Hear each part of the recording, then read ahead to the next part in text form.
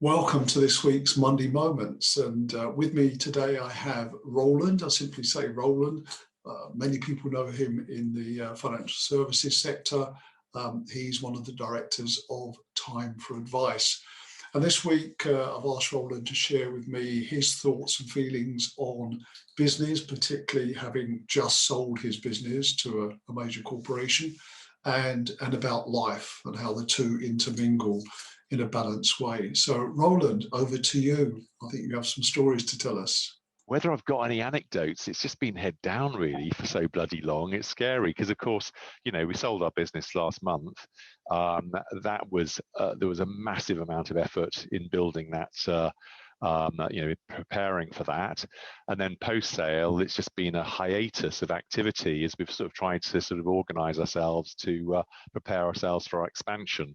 So, the main focus for me is just the attention to trying to focus on the things that matter, and work the lists rather than getting completely overrun with the stuff, because that's easy, isn't it? So it's a difficult one to come up with anything, sort of any anecdotes that would be illuminating. It's been a very boring time.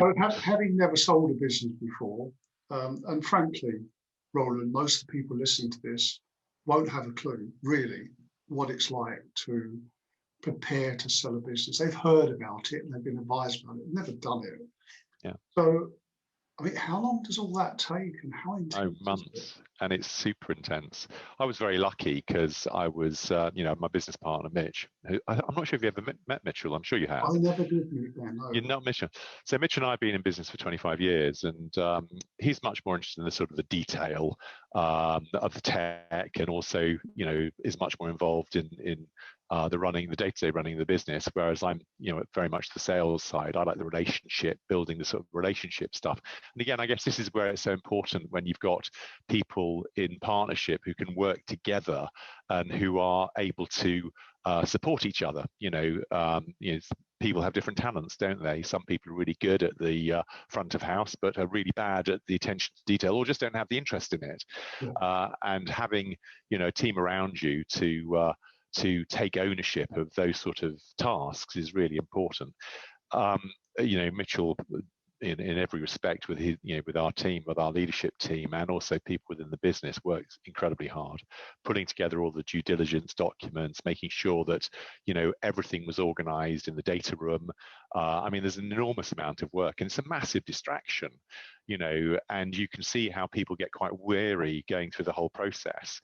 So the whole process took us probably about a year and a half from the initial let's go and raise some money because we now need to accelerate the growth of the business, to, oh, we've got somebody who wants to buy it, to, oh my goodness gracious me, now we're going through the due diligence. And it's just everything, people crawl over every aspect of your business, and right down to redoing accounts, things like that, to check that invoice 10032 for £28.52 was appropriate or was right. It's like, whoa, over 10 years, and it's like, oh my God. So yes, the good thing, I suppose, the good news is that we've now got our business really organized. We know where everything is in our data room. It's all incredibly well documented.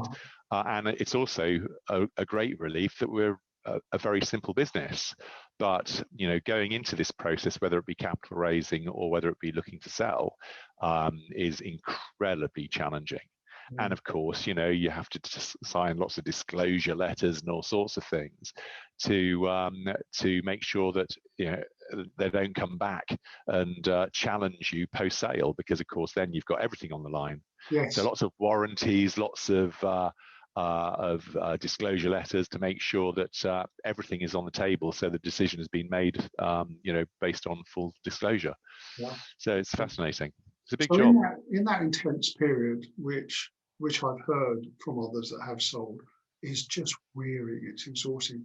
How does a Roland find space and time just to chill out and just? Yeah, but Roland does. I just basically got Mitchell, you see, and Mitchell does the work, and I just have the fun. That's the way it is. So no, I mean, as I said, having the right people around you to do the heavy lifting, who've got that attention to detail, is really important. Meanwhile, somebody's still got to, engage with the clients and still keep the business ticking over.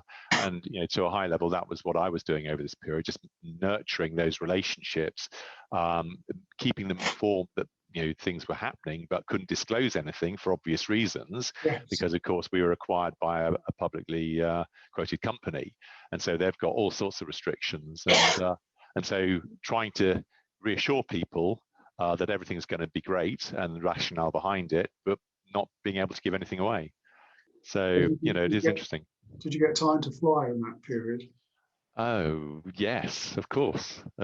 Well, I mean, to be fair, it's we've been in COVID since March last year. Yeah. The pandemic has obviously put a lot of limitations on limitations on the freedoms that we have.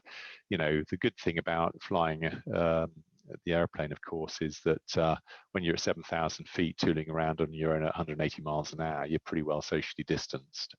But of course, you have to be mindful of the fact that there are a lot of people downstairs who are stuck in their houses. So you've got to have a high degree of sensitivity. So actually, in hard lockdown, we were limited to maintenance flights or currency flights. So as long as we didn't mess around too much, Yes. we just sort of tooled around and kept high and away from people, and it's fine. But no, I mean, flying has been limited for obvious reasons. Yeah. And of course, the weather doesn't help. Yes. Yeah. So how big is the team right now? 45 people. I didn't realize it was that big. Yeah, no, when we're growing, we've probably got another 20, 30, 40 people to recruit over the course of the next year and a half. So we will double the size of the business in the next year and a half.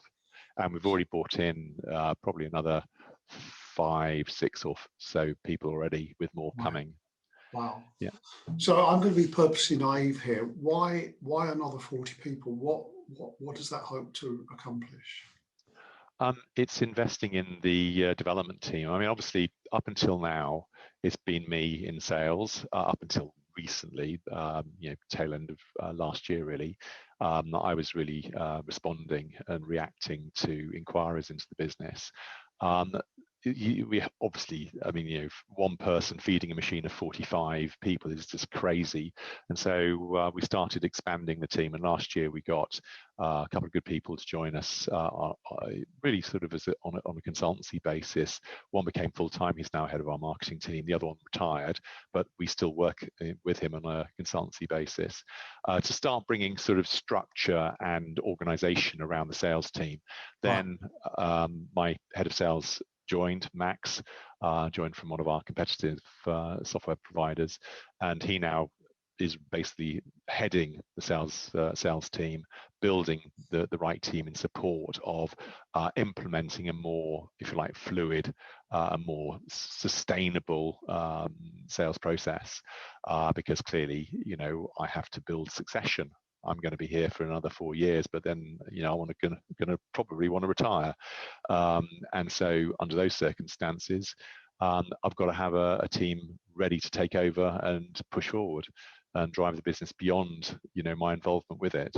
So yeah, that's what we're doing. But then that's just sales marketing. So going from entirely reactive to proactive, sort of stepping out and doing the marketing, sales and marketing on purpose. That's the reason why we have to expand the team, and that takes a mix of skills. You need the people person at the front, if you like. You then need the more technical pre-sales staff who can ask the questions, get the information they need to make sure that we have the right solution from these firms. Our selling is all very consultative, and it's not about selling a piece of software for the sake of selling a piece of software. It's actually selling a piece of software for the right reasons, and we say no to probably more clients than we say yes to, really? Because there's no point taking on or starting that journey unless you can see your way through to completing it and getting the right outcomes for the client and ourselves. So it's all about partnership, which is the key thing. And then, of course, replacing the sales effort. So I can spend more time really doing events, doing speeches, being front of house and having the team support me and to close out the business. So doing the more day-to-day sales activity. But then the other major investment is going to be in product development. One of the things that we've always been frustrated by, and I suppose any business is when they're developing a solution, is you're always constrained by your revenue. Yes. And because we are an annuity-based business, a license-driven business, it always takes a while to grow. I mean, we've been in business now, this is our 11th year, but we spend everything we earn, everything is reinvested. And you're always frustrated by that because you can't get ahead and you can't accelerate growth. So we're now able to do that. Having been capitalized by Integrafin, we're now able to invest more in our developers. So we've got some very ambitious plans for the product development and where we want to take that. We're working strategically with Microsoft and their global integration and development consultancies out in the Ukraine. So we're working with those guys to sort of move us onto the next generation of the technology platform that we're bringing to market. And then we've got to support it and train it and implement it and all that good stuff. So, that's where the people come. It's all about making sure that, once we start that journey with clients, we can deliver a great outcome, but in a way that's not too disruptive for the client, which is the key. It's all about getting the right outcomes at the end of the day, but also recognizing, that change is horrible and change is painful, and it's managing expectations at every turn, but also more importantly, communicating and often over communicating and giving both parties permission to speak their mind, because often things do go off the rails, and it's important to be able to communicate the reasons why and to learn from mistakes and carry on. Are confident that actually we will get the right outcomes because that's what we do. So as you look towards the next 4 years, what excites you, Roland? I think what's really exciting is that we seem to have found a partner in Integrafin that shares our values, and that's really important. So yeah, as I say, 11 years on, 10 years old, much as before.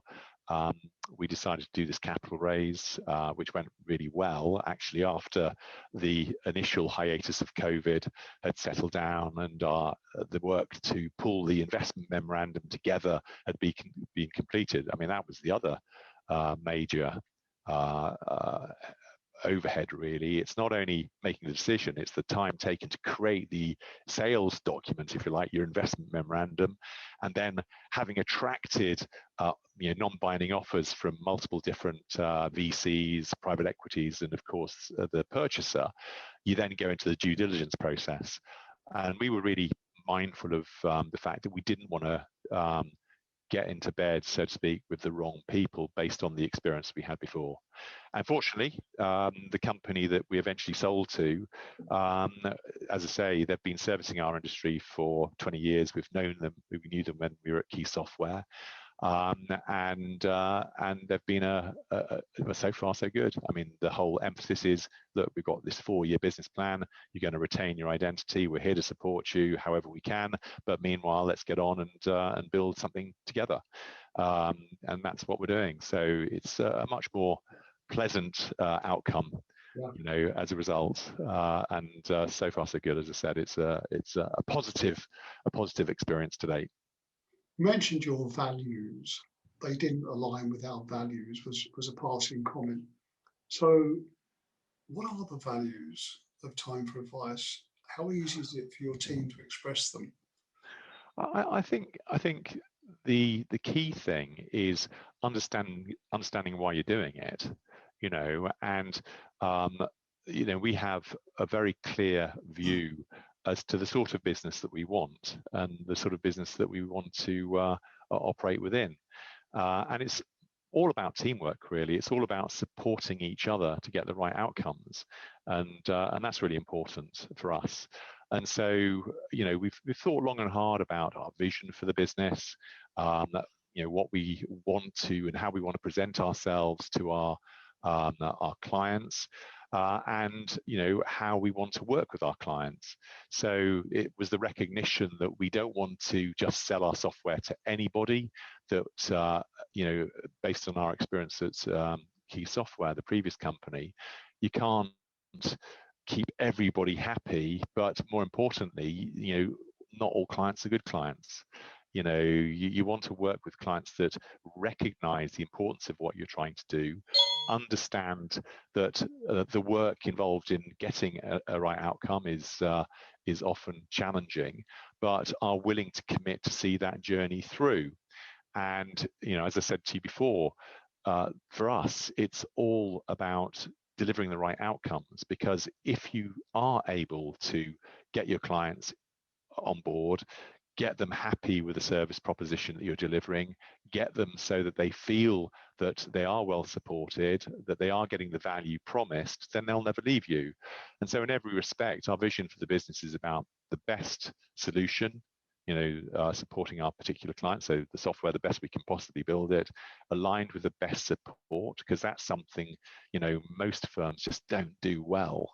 They sell a piece of software and then they're off selling the next piece of software, or anything for that matter. But yet support is really important.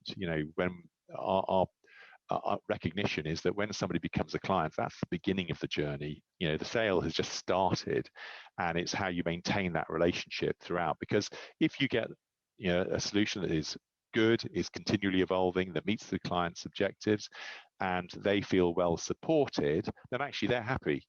And the best clients to have are happy clients, because they become your sales and marketing resource.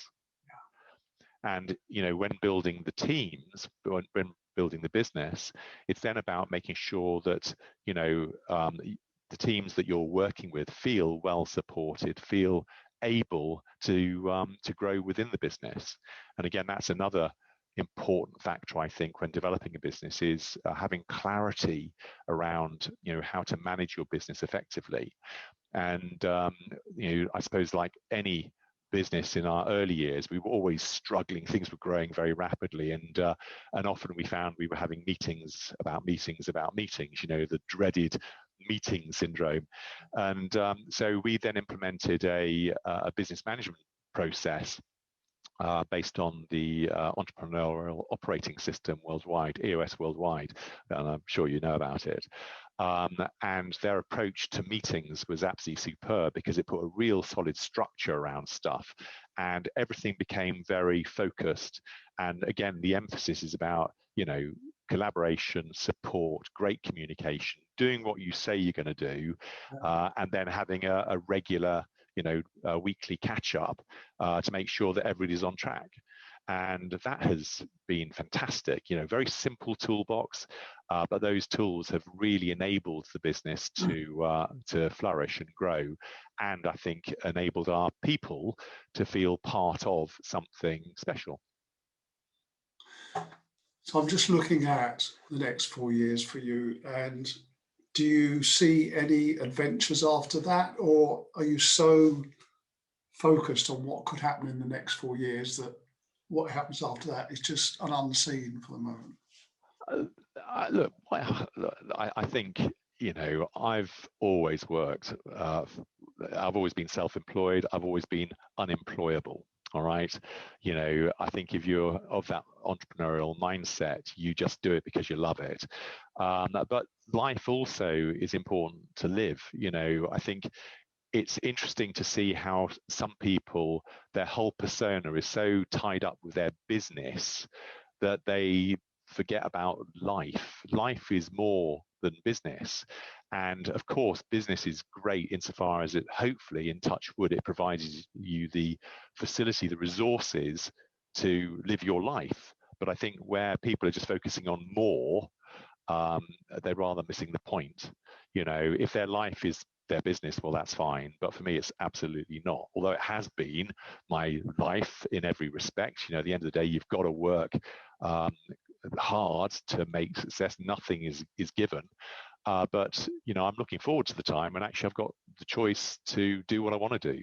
I'm not somebody who's going to sit around, and I do enjoy my flying. That's a really big part of my life, and it's something that I want to do much more of, because what I fly is incredibly challenging. And for me, that just takes me away from the day-to-day, and I can't think of anything else. My mind is clear. I'm up there at 7,000 feet, tooling around the edge of clouds. It's unbelievable. For me, it's a real privilege. I don't go anywhere. I just go up, twiddle it around, and then come down again. But that's it. And then, the other hobbies I have, cycling. I love cycling. Mitchell also likewise is a keen cyclist. So we go off to Mallorca and maybe down to the Pyrenees or something. And it's hard, but my God, it's satisfying. When you go and climb Mont Ventoux, and that's like 21 kilometers of 10 degrees climbing non-stop. That sort of stuff is hard, but once you've done it and you've reached the peak, the sense of achievement is great. And of course, the good news is you've got the downhill to come. So that's where the fun happens. And I suppose that's sort of quite indicative of life, really. Hard work, climbing the mountain. Eventually you get to the top, God willing, and then you've got the vista and the journey home, which is downhill. Yeah. So I see business very much as that. For me now, it's making sure that we absolutely do the best we possibly can over the course of the next 4 years, which is the period we're committed to contractually to stay with Time for Advice to help build the next phase of the company, I suppose. And then once that's done, depending on how I feel, I want to spend much more time doing what I want to do and spend time with the family, which is also important. So that last piece of counsel you've given me, if I was a next gen planner, coming in mid-20s, early 30s, thinking I could start something, I could start my own thing, that would be the sweetest, probably the most important advice I could receive. Just enjoy your business, be engrossed in it. But that's not all of life. Life happens. Oh no. It's also knowing what's enough. Yeah. I feel sorry for people who are obsessed about money. Money is like oxygen. When you've got enough, you don't have to think about it anymore. Just breathe. Just enjoy, be liberated, and make the most of what you've got left, because life goes bloody quickly, as we all know, excuse my French. And but also, you can't live your life and sit back and wait for people to give you stuff. It doesn't work that way. You have to give to receive, and actually the giving bit is where the fun happens. For me certainly, and I think for many of the more successful people I've met, it's all about jumping in, doing the best you can, and if you've focused on the right thing and working in the right market, then there's a good chance you might actually make some success. Mm-hmm. But it does take 20 years to become an overnight success, and that's something that people forget. People see the results of success. They don't see the effort and the commitment and the investment and the sacrifices that people make over that journey to get there. I mean, in the early days of Time for Advice, when we started 10, 11 years ago, there was a period where I was thinking, oh my God, this is scary. I was awake at 3 o'clock in the morning, walking around the village going, how am I going to pay the salaries next month? And when you sort of get to that, you really do get challenged. And it's the people who push through that somehow. There's always a way somehow. For the people who are able to push through that, then eventually, I guess, the rewards will come. But it's not a given. And so, yes, it's certainly a challenge. But I think the satisfaction you get having achieved that is superb. And you therefore need to be able to enjoy it, and that's the key. Well, Roland, this has been fascinating. And if I were thinking of starting my own thing, my own business, this would have been great counsel for me. This would have been, I'm not insane. Maybe there's a lot of us that are really possibly quite insane, but loving it all the same. But there's a price to pay, and there's a life to live as well. So thank you so much for that counsel. Thank you, Roland, for joining us on Monday Moments. I look forward to being with you the listener and viewer in next week's Monday Moments. Thank you. Thank you. Nice to see you, David.